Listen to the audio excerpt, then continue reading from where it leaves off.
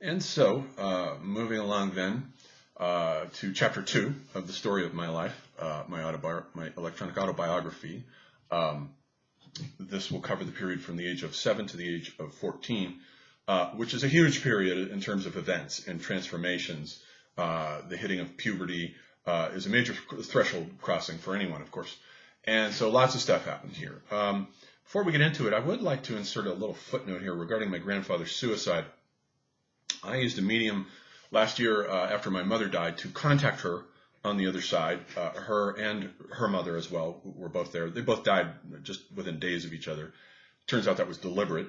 So everything's good with Mom, by the way. So she and I we're great now. And our relationship, as you'll see through the autobiography, did get better as the years went by, and particularly after she stopped drinking and so forth, all that. But my grandfather, her father, the rocket scientist, was present in the interview, although I didn't know that. He was in the background, and near the end of the interview, the medium mentioned that he was there. And so I took the opportunity to ask him if he regretted his suicide. And he said, no, he didn't. It was the right decision for him. So there's that. Whatever. That shocked me to hear that, but sometimes I guess it is the right decision. The thing about the dead, when you talk to them, they don't sugarcoat anything. They tell you exactly the way things are. They don't volunteer any information. They don't give you anything that you don't ask for. But anything that you ask of them, they'll answer directly. So there's that. So what happened then? At the age of 7 now, my mother and I and my brother moved to a tiny little one-bedroom apartment in the center of Phoenix, somewhere near a place called Thomas Mall. And Tower Plaza was right up the street, these two local malls.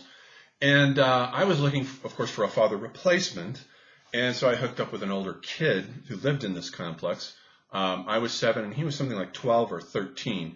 And this individual taught me how to shoplift and also how to cuss. So I learned all sorts of colorful swear words from him. And what we would do is go out every night. Very often we'd camp out in the laundry room across the street.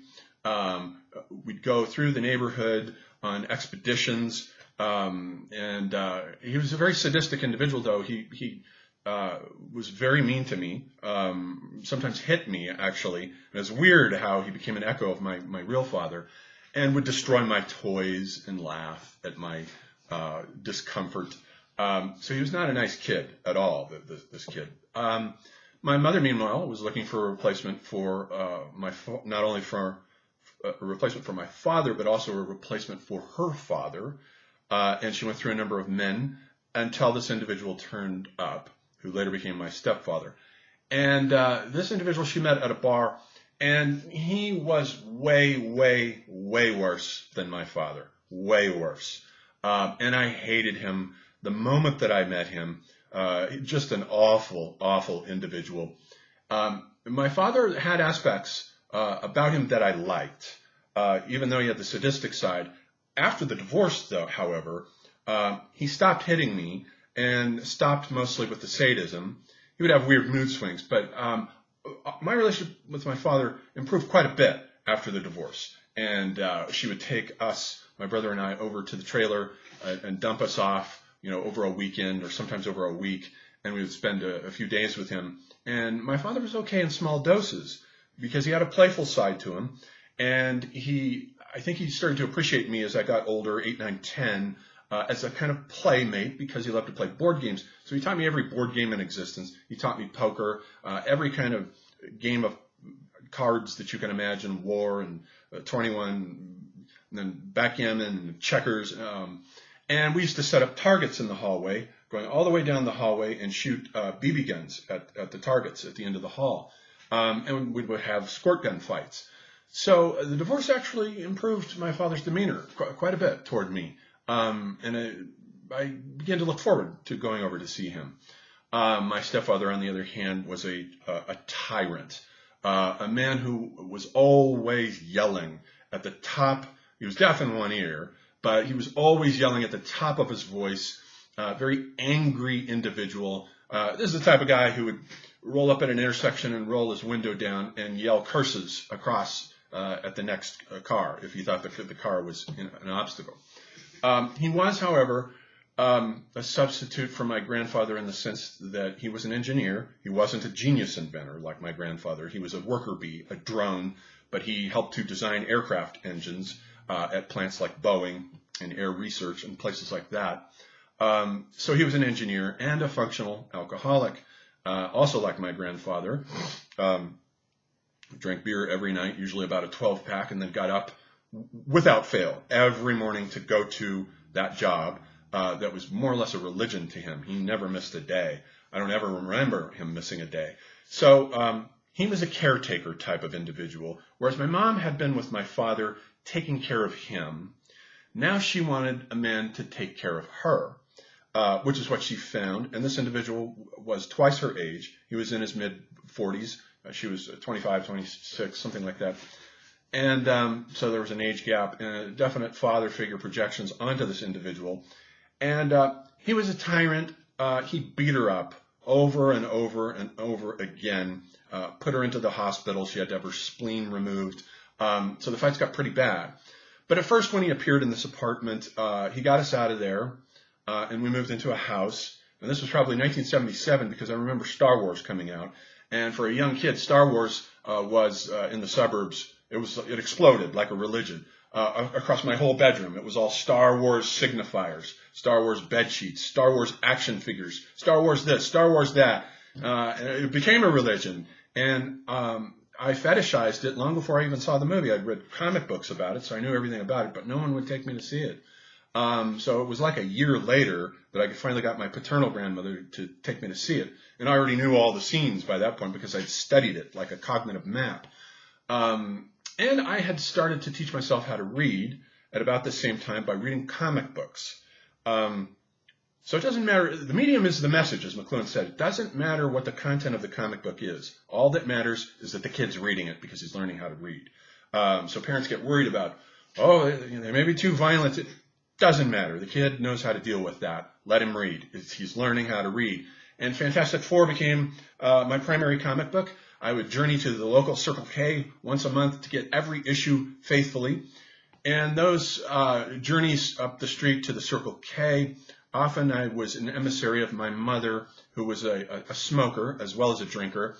And she would send me, and she was always short on money. My stepdad was a miser, never gave her any money. He was a total miser, even though he always had money. And sometimes she would write out a note.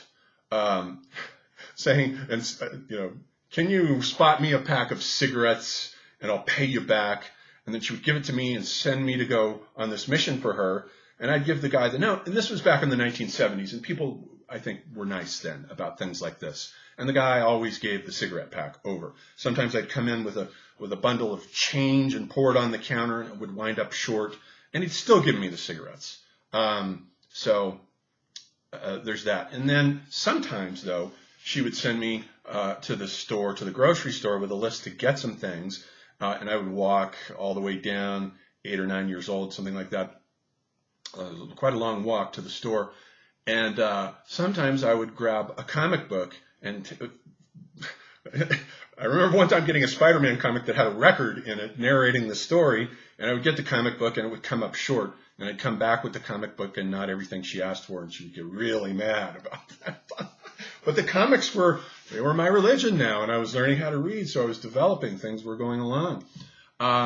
So we moved into this house, and it was in that house that the first terrorizing incident occurred between my mother and my stepfather, whereupon I woke up one night to hear him banging on the front door to get in, and she had wedged a board under the door so that even though he had the key, the board was wedged in such a way that he couldn't open the door. And I remember him rattling it and banging on it, coming around to my window, banging on my window. I was terrified. I had no idea what to do. I was 8 years old. And then he broke the door down and came raging in. And I remember her threatening him with an axe. She had gotten an axe out of the garage, one of his axes, and she was standing there with it. I heard everything. I didn't see anything. I was too terrified to go out there. But I heard her mention the axe and that she was going to swing it at him if he came anywhere near her. And I'm not sure exactly what happened. I think he wrestled her down and got the axe out of her hands.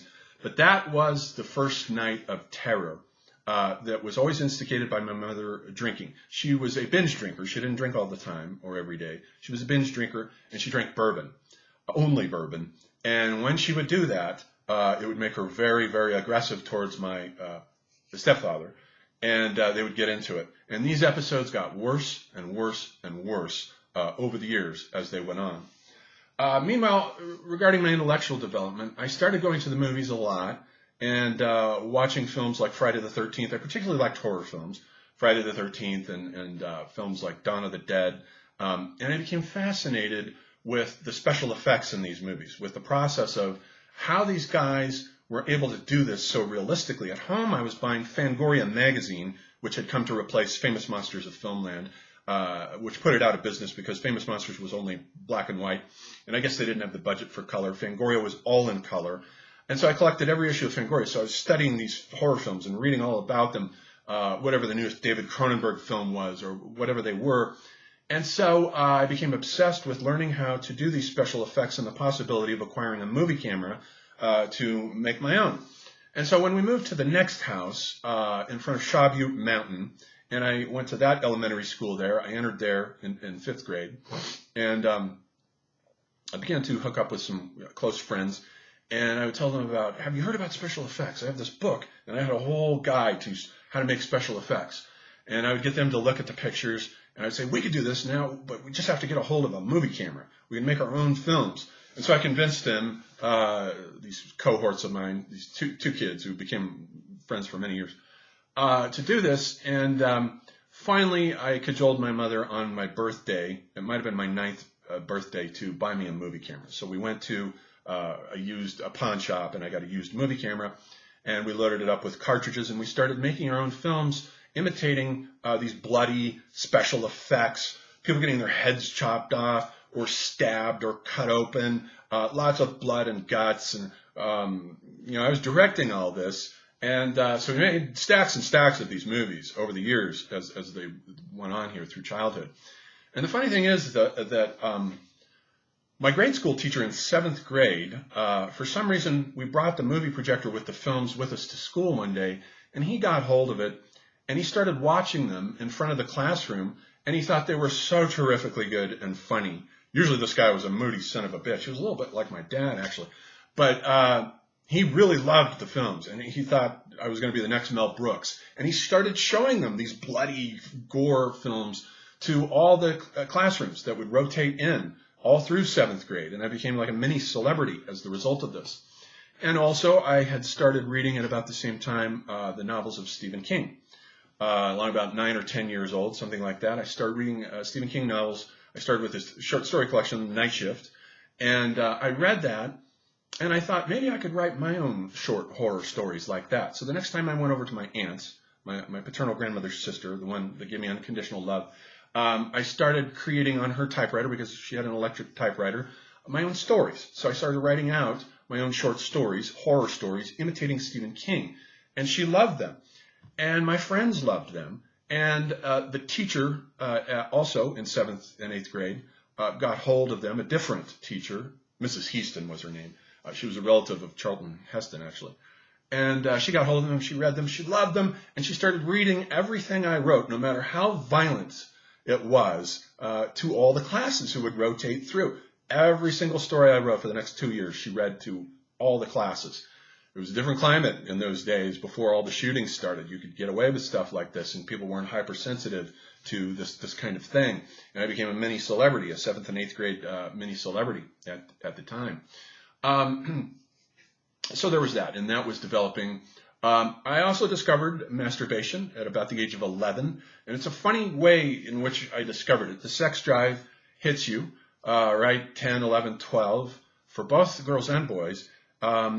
And this is something that is part of life. It has to be dealt with. It's normal and natural. But I didn't even know what it was. I had heard my friends talk about the phrase jacking off. And I remember them talking about it, and I'd be like, what does that mean exactly? And they described it, what you're supposed to do. And in my head, I was like, why would you do that? That sounds stupid.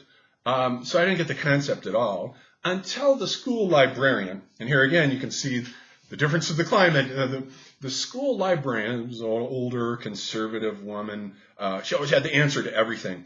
One day, gave us a little class. We were in the 7th grade, I believe. It gave us a little class. We're all gathered together, boys and girls, describing and telling us about a sex book that she had on the shelf there for us that had all the answers about sexuality, because that's a time when it's becoming an issue.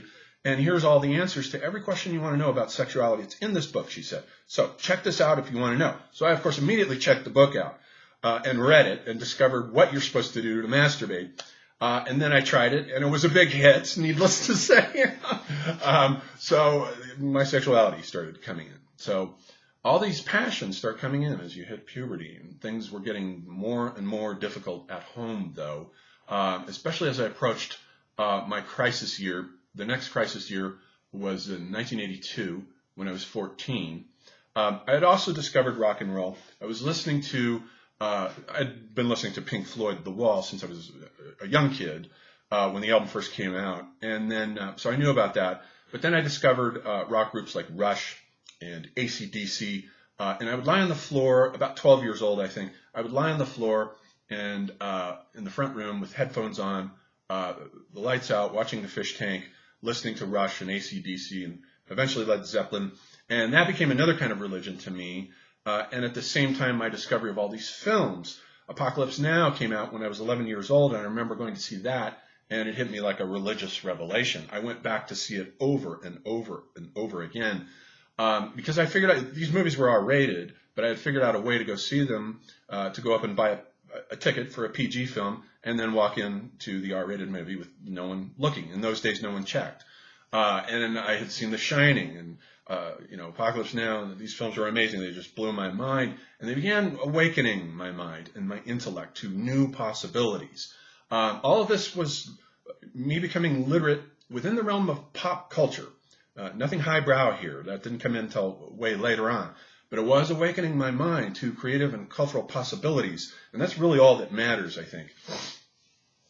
And so another crisis year came, another 7-year. Only this one was more severe because I not only had Saturn opposing my natal Saturn at the 14-year mark, but I also had Pluto there with Saturn, both of them opposing my natal Saturn, which is one of the worst transits you can get, especially anything with Pluto. Pluto and Saturn together are just about the worst. They're correlated historically with a war cycle and concentration camps, and just as severe as things get. And so the conditions at home were indeed getting very severe. By the time I was 14, my stepfather was beating my mother up pretty regularly. She was a very battered woman. And one night he broke both of her wrists, and I witnessed that. They got into a tussle in the hallway, and he grabbed both of her wrists to throw her backwards, and she fell and landed and broke both wrists. She had to have metal braces put in, and cops were always being called to come over to the house, and I was extremely embarrassed because it was the only house on the block that routinely had a cop car there. But what would happen in those days, if she had called the cops, he would have been taken away immediately to jail. But back then, they wanted to know what the explanation was, and I think they would show up, and then she would start talking and then back down and lose her nerve and pretty soon go, no, never mind. Because they never took him away. No matter what the violence was, he never went to jail. And he should have, that fucker. He definitely should have. And so that year was very, very traumatic. The violence was getting worse. And I had lost my friends, my childhood friends, the same group that I was making the movies with. But at this point, not too long before I went to my freshman year of high school, these kids came over into my house one day after school, and they vandalized the house. And so that when my parents found out about it, they were, of course, extremely angry, and they called the parents of these other kids, and that was it. So I had no friends. As I entered 14, my freshman year in high school, I was completely alone. For the entire year, I didn't make any friends at all. No girlfriends yet. It was a very lonely experience. And mostly what I would do is stay home at night and read Stephen King and H.P. Lovecraft and whatever other horror fiction writers there were. I read everything and started reading science fiction novels too, like Dune and Foundation. gradually expanding my cognitive map in doing so.